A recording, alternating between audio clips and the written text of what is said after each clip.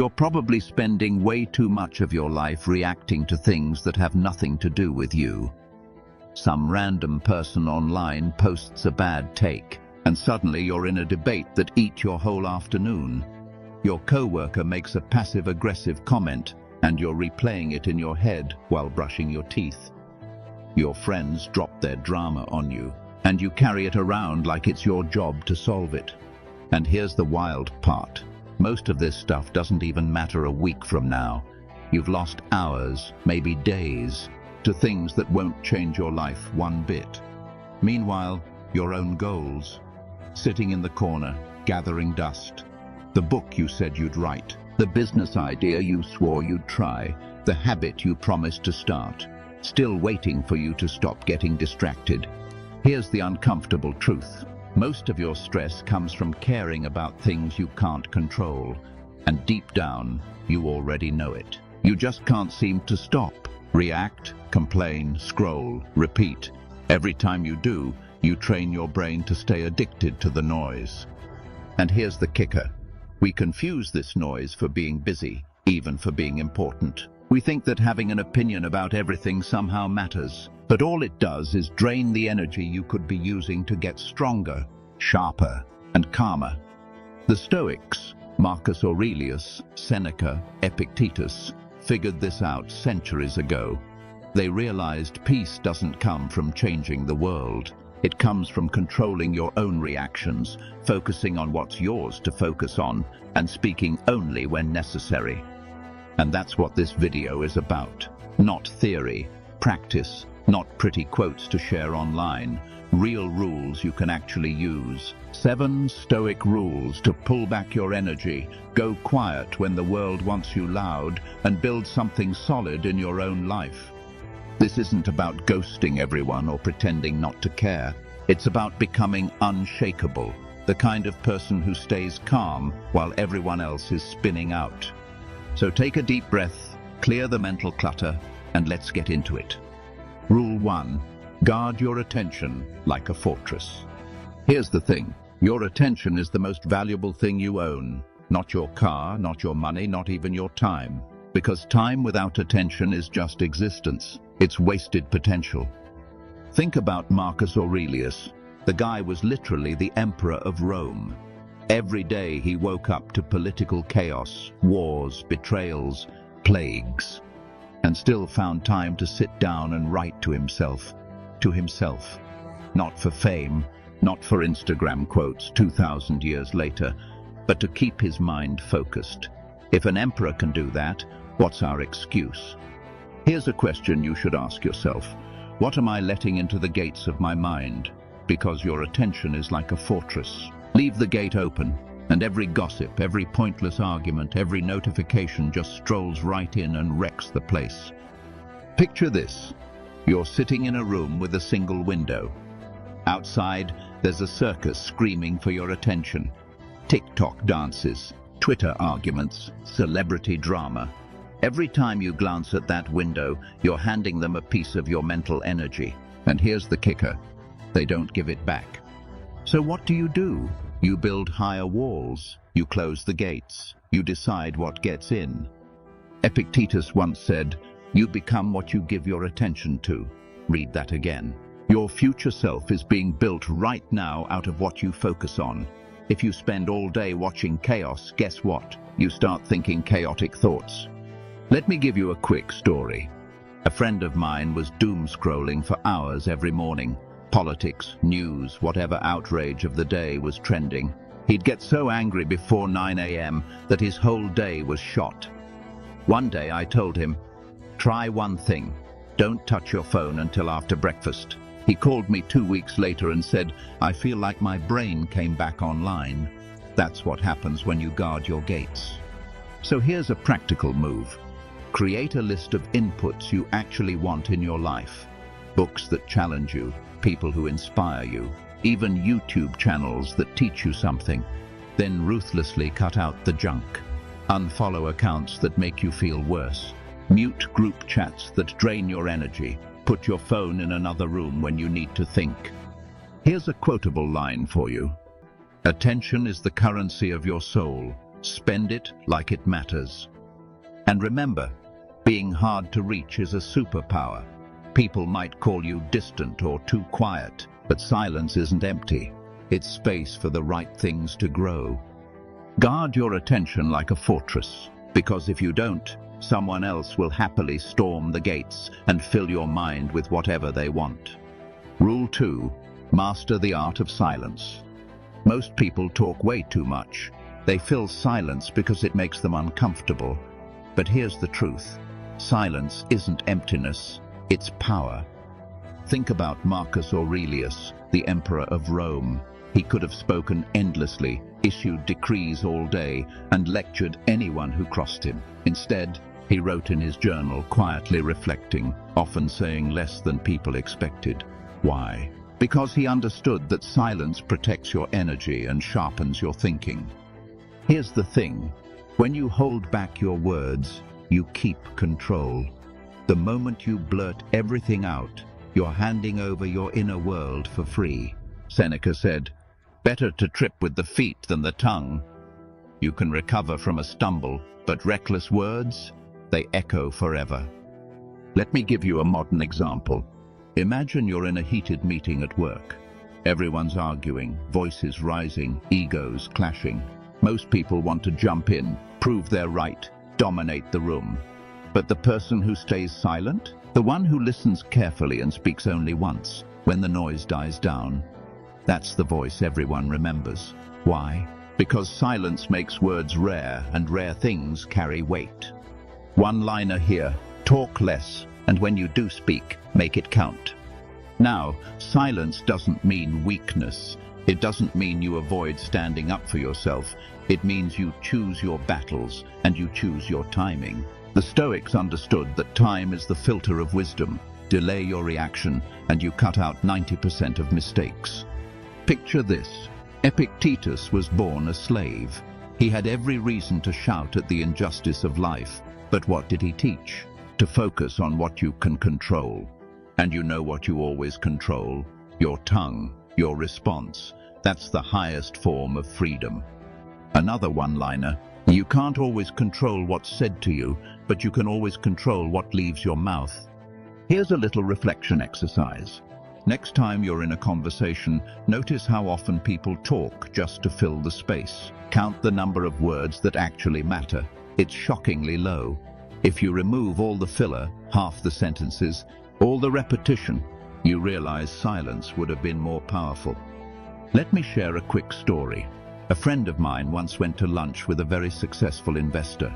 He said barely 20 sentences the whole meal. Mostly he listened, nodding, asking a few sharp questions. My friend walked away thinking, that was one of the most insightful conversations I've ever had. But guess what? He had done most of the talking. That's the power of silence. People remember how they felt in your presence, not how many clever things you said. So how do you master silence? Here are 3 practical steps. Pause before responding. Even 2 seconds of silence gives your brain room to choose the better reply. Resist the urge to explain yourself endlessly. Say it once, clear, direct, let it stand. Listen like it's your job. When you give full attention, silence becomes a gift to the other person. Think of silence like a sword in its sheath. Just because you have it doesn't mean you wave it around. You keep it hidden until the right moment, then it's decisive. Another quotable, silence is the language of confidence, noise is the language of insecurity. And here's the deeper Stoic angle. Silence protects your inner life. The less you say, the less you're pulled into drama, gossip, or distractions. You're not wasting energy managing what you let slip. Instead, you're directing that energy inward, building your character, clarifying your values, strengthening your focus. Seneca put it perfectly. It is better to be despised for silence than to be tormented by constant talk. In other words, people might think you're distant, even cold. But who cares? You're building something stronger inside yourself. So the challenge is this. For one day, cut your words in half. Say less than you normally would. Notice what happens. You'll find people lean in more, not less. Your silence creates space, and in that space, you'll hear not just others more clearly, but yourself. To wrap it up, silence isn't about shutting the world out. It's about turning yourself in. The one who can hold their tongue, who can sit in quiet, who doesn't fear the pause, that's the person who commands the room without raising their voice. Master silence and you'll never be mastered by noise. Rule 3. Own your emotions before they own you. Let's get real for a second. You're not as rational as you think you are. None of us are.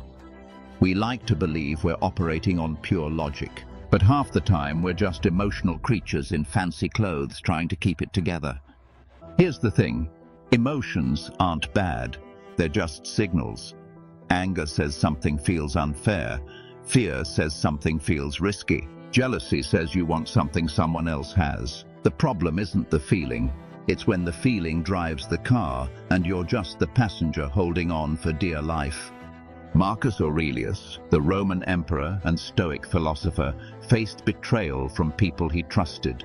He had the power to punish them brutally. No court, no trial, just off with their heads kind of power. But he didn't. Why? Because he refused to let anger dictate his actions. He literally wrote in his journal, "You have power over your mind, not outside events. Realize this, and you will find strength." That's the move right there. He owned his emotions. He felt the anger, recognized it, and chose his response. That's a power move we can all learn from. Now think about your own life. Ever sent a text when you were mad, only to regret it 5 minutes later? Ever blown up in a meeting, then spent the rest of the day trying to do damage control? That's what happens when you don't pause. You let the emotion own you. Owning your emotions isn't about suppressing them. That just turns you into a pressure cooker. It's about noticing the emotion, naming it, and deciding what to do with it. Try this. Next time you feel triggered, don't react right away.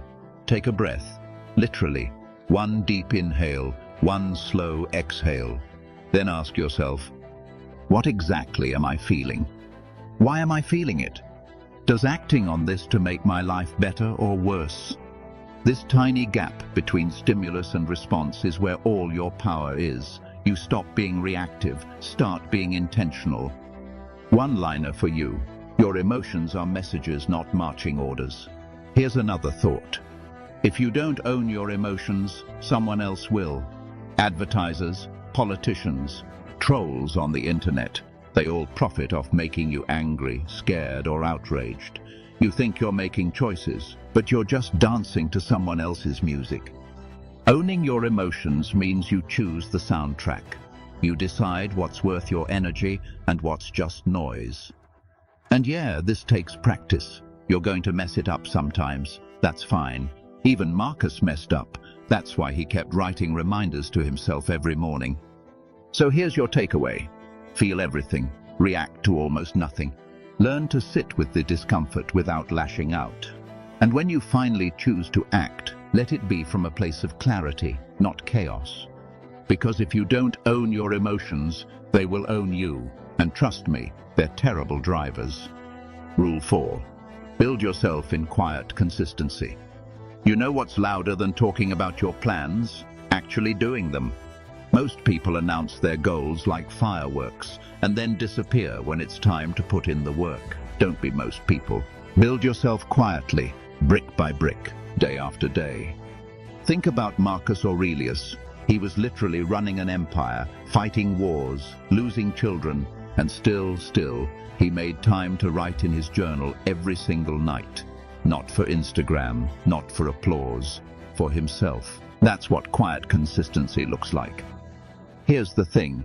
Big transformations rarely come from dramatic moves. They come from boring, repeatable habits. It's the guy who writes 500 words every morning who becomes an author. It's the person who takes the stairs every day who stays healthy for decades. Consistency beats intensity because intensity burns out, but consistency compounds. Let me tell you a quick story. There was this guy I knew in college, never bragged about what he was working on. While everyone else was posting selfies at parties, he'd just quietly skip a night out. get his reps in at the gym, read a book.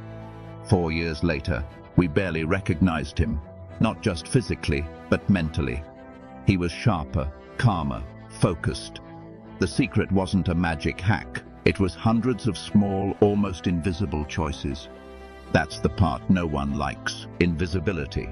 Quiet work feels unrewarding because no one's clapping for you. But that's where character is built. In the gym when it's empty. In your notebook when no one sees. In the hours where your friends think you're boring.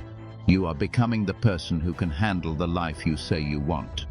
A good exercise. Stop telling people about your plans for 30 days. Just do the work. Don't say, I'm going to start running. Run. Don't say, I'm working on a business idea. Build something. When you finally show up with results, you won't have to say a word. People will feel it. Here's a line worth writing down. Let your progress make the noise. Let your discipline stay quiet. Remember, when you build quietly, you keep your energy where it matters, on action, not applause. You don't get derailed by other people's opinions because you never invited them in. And when the results come, they speak with a gravity no motivational speech ever could. So Rule 4 is simple but not easy. Build yourself in quiet consistency. Show up for your habits like they're your job.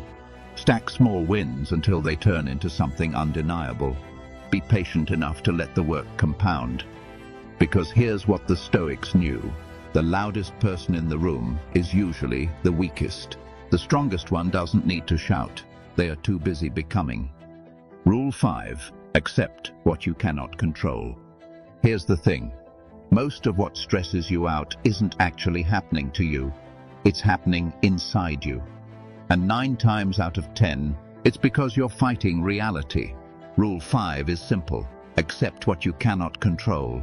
It sounds like a fortune cookie, but this is the rule that can save your sanity. Let's break it down. The Stoics had a mental tool called the dichotomy of control. Epictetus said, some things are up to us, and some things are not. That's it. That's the line in the sand. What's up to you? Your choices, your thoughts, your actions. What's not? Pretty much everything else. The weather, the economy, what other people think about you, whether your boss woke up in a bad mood. Most of us spend our lives trying to move the things that aren't ours to move. We want people to behave differently. We want the world to be fair. We want the traffic to vanish because we're late. We get angry at life for not cooperating with our plans, as if life ever signed that contract. Here's a quick story. Imagine a guy standing on a beach, yelling at the tide to stop coming in because he doesn't want to get wet. That's what you and I look like when we obsess over things outside our control. The waves don't care. The ocean's going to do what it does. You can yell at it, or you can step back, roll up your pants and deal with it. So how do we actually live this? First, you start with brutal honesty. Write down what's bugging you and ask, do I actually control this? Be ruthless.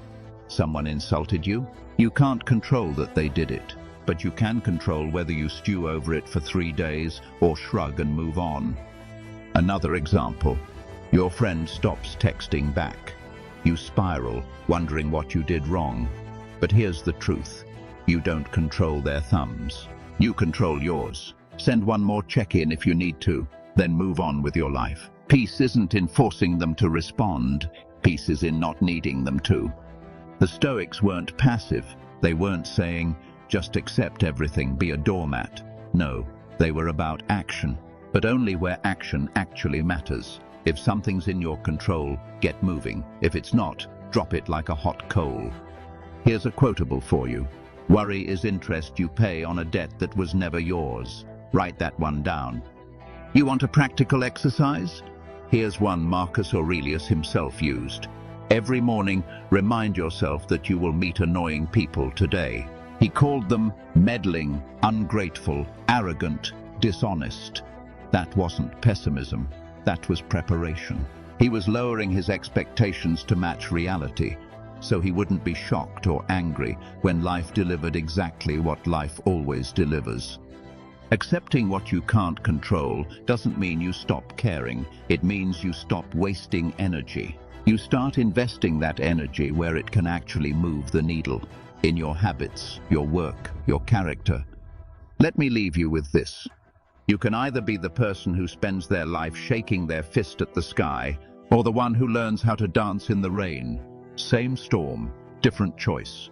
Rule 5 is the difference between being exhausted by life and being ready for whatever comes next. Accept what you can't control, and you just might find the power you actually have. Rule 6. Withdraw from the herd. You don't need to have an opinion on everything. You don't need to be everywhere. And you definitely don't need to run with the crowd. Rule 6 is simple. Withdraw from the herd. And if you take this seriously, it will change everything. Most people are noise machines. They spend their days talking about politics they can't influence, gossip about people they don't even like, and trends they don't actually care about. The Stoics had a word for this.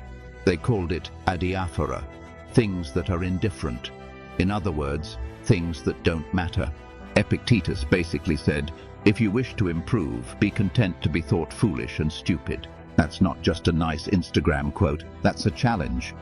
Because the moment you step away from the herd, people will notice. They'll call you quiet, cold, arrogant, good. That means you're doing it right. Think about Marcus Aurelius, the most powerful man in the world, and he spent most of his free time alone with a notebook. He wasn't out at every party in Rome.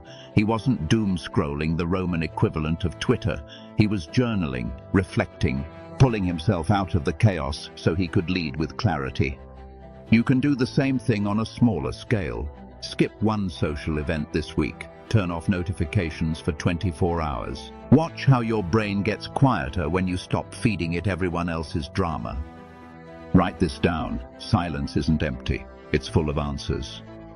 A friend of mine once quit a group chat that was just constant arguing about politics. At first, everyone thought he was overreacting, but a few months later, he said something that stuck with me. I didn't just leave a chat. I got my mental space back.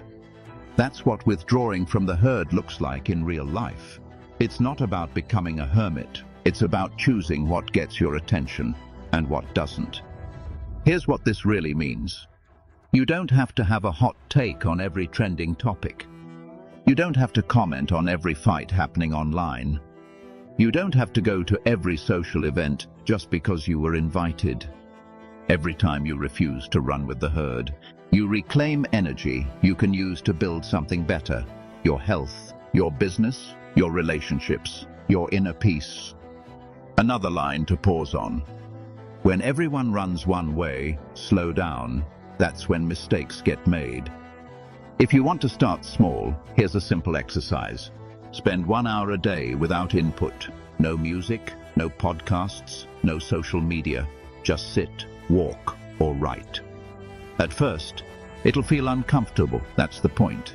Your brain is detoxing from the herd. Do this for a week and see how much clearer you think, how much more intentional you feel about where your time goes. The herd is loud, restless, and constantly looking for something to chase. The Stoics remind us you don't have to join them. When you step back, you stop being a pawn of the crowd and start to become the author of your own life. Rule 7. Live as if time is running out, because it is. Let's get something straight. Time isn't just passing, it's leaving. Every day is a withdrawal from the only account that actually matters, and the balance never goes back up. Here's the thing. Most of us act like we have an unlimited supply of tomorrows. We waste hours doom-scrolling, arguing online, or waiting for some perfect moment to start living. The Stoics would laugh at that, or maybe cry. Marcus Aurelius said it best. You could leave life right now. Let that determine what you do and say and think. Let me give you a story. There's this famous reminder from Seneca. He wrote about a man who was furious because someone stole a few coins from him.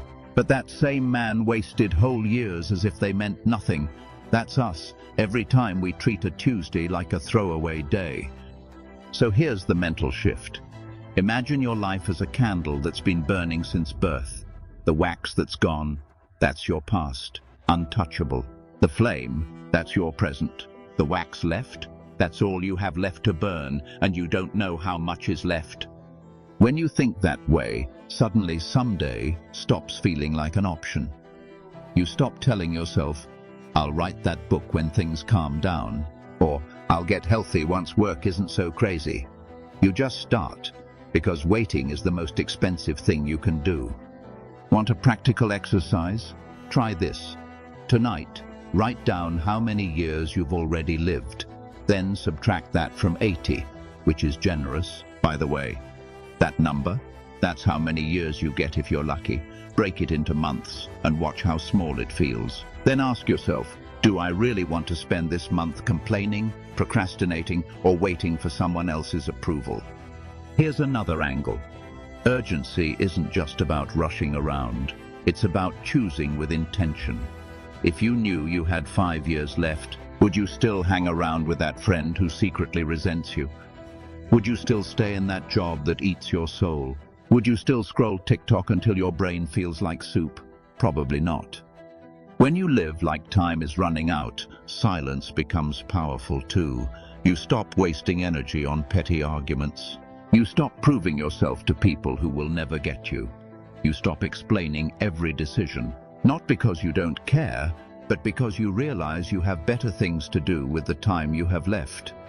This is why the Stoics talk so much about death, not to be morbid, but to wake you up. Memento mori isn't about gloom, it's a focus tool. It sharpens life. It makes you ask, if this were my last week, would I spend it like this? If the answer is no, change it. Here's a line worth writing down. You can't add more years to your life, but you can add more life to your years. That's what this rule is really about. So today, not next Monday, not New Year's Day, pick one thing you've been putting off. Do it. Call the person you miss. Sign up for that class. Start the side hustle. Have the hard conversation. Live like you're running out of time, because you are. And here's the paradox. When you live that way, you actually feel calmer, not more stressed. You stop sweating the small stuff because you realize most of it is small stuff. You trade drama for direction. So, Rule 7 is simple. Live as if time is running out, because it is, and that's not something to fear. That's the whole point. These 7 rules are not entertainment. They are not just words to hear once and forget. They are invitations to a harder, truer way of living. They are meant to be carried into the morning when you don't want to get out of bed, into the evening when you're tempted to waste one more hour scrolling your life away.